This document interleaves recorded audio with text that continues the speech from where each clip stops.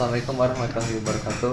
Oke teman-teman, kali ini dengan saya Muhammad Rasul dari Bramantio. Saya Muhammad Najibullah Halatin. Nah, kami di sini akan mewawancarai salah satu pengusaha di bidang hasil bumi, yaitu yang bernama Pak Rayon.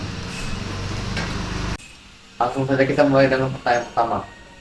Berapa modal awal yang Bapak keluarkan untuk memulai usaha bidang pengolahan hasil bumi? Modal ya lumayan gede sih ya, karena apalagi setiap musim MT1 dan MT2 itu berbeda-beda. MT1 panen raya pasti harga turun, modal mungkin per 10 ton hasil bumi gabah itu modal perlu sekitar 40 sampai 50 juta untuk produksi beras. Kalau di MT2 karena MT2 itu jarang musim panen dan hasil bumi turun, itu modal bisa 2 kali lipat. Sekarang dari harga sekarang hasil bumi itu bisa sekitar 7.000 per kilo. Jadi modal itu bisa naik antara hampir 90%, dari sekitar 70 juta per 10 ton. Nah, kalau jadi beras itu mungkin berkisar antara, kalau rendemen bisa di angka 57 atau 60 ya per 10 ton paling sekitar 6 ton sampai 7 ton dari beras per 20 ton gabah. Jadi per 10 tonnya itu udah dapat 6 ton ya. Kalau jadi beras ya sekitar per 10 ton dari 60-an lah, 60 kilo per 1 kilonya gitu. Oke. Banyak relasi di Jawa Barat atau di Sumatera atau di Jawa Tengah untuk penjualan itu kita koneksi semuanya, kayak misalnya perusahaan Mirma, SPS atau gudang-gudang yang lain, atau Cipinang, toko-toko atau pasar Johan. Berarti Om udah kerjasama sama ini Ya, sudah. Tertarik dan Om kerja di bidang usaha ini kenapa?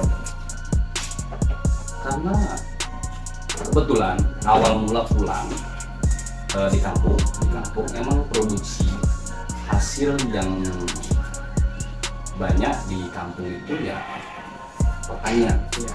Jadi kayak saya memanfaatkan situasi di kampung, tapi alhamdulillah bisa buat hidupin anak kerja. Kalau menjaga kualitas ya ini Om, kualitas tidak kadang kan orang itu ada keturunan juga, apa sih, turun harga. Oh gitu, turun harga. Tetap turun harga kita antisipasi, cuman kita spekulasi lah ya, spekulasi antisipasi. Setiap ada penurunan harga gitu juga. Oke, sebelum ngirim dan sebelum kita produksi toh sudah harga beras dan harga gabah itu sudah bukan patok sih, artinya sudah ada harganya dan kita harus jual berapa sudah ada pasarannya itu. Kalau mengalami kendala itu gimana Om biasanya kalau gitu? Kendala kadang-kadang kalau rendemen gilingan kita tidak sesuai, artinya kalau kita produksi gabah 1 kintal, cak-cakan kita, bukan bahasa Jawa, cak-cakan juga, perkiraan kita dapat rendemen 60 tapi ternyata rendemennya 50, itu bisa rugi. Nah, tapi dari kualitas gabah tersebut, dari pengalaman kita bertahun-tahun, tentunya untuk meminimalis kerugian itu antisipasinya kita sudah ada, walaupun kadang-kadang kecolongan juga sih, tapi artinya persentase antara untung dan rugi tetap besar untungnya. Kalau menjaga kualitasnya Om biar tetap stabil. Kualitas Ya. kualitas itu tergantung dari bahan pemilihan gabah dan tentu dari bahan. Kalau bahan yang bagus, hasil bagus, tercukupi akan pupuknya, tercukupi akan airnya, intinya akan produksi juga bagus dan hasil berasnya juga bagus. Kan pasti di Lampung ini nggak cuma Om doang ya. Banyak tentu dari Lampung Selatan, kayak saya Lampung Selatan, di daerah Palasnya, teman juga dari Lampung Tengah banyak, Lampung Pesawahan juga banyak, dari Lampung Utara. Lu tuh punya koneksi yang banyak ya? Ya, koneksi hampir semua pemain-pemain itu kita kita udah punya kontak masing-masing. Nah, gimana ngadapin persaingan ini Om? Persaingan jadi dan dan kita ikutin pola teknologi lah. Teknologi kita harus langsung ikutin berkembang supaya kita tidak ketinggalan. Ya, persaingan itu bisa kita ikuti.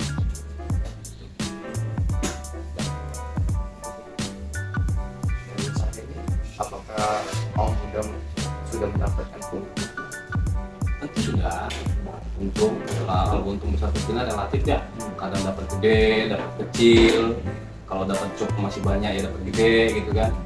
Ya rugi juga sering. Bukan baca masih.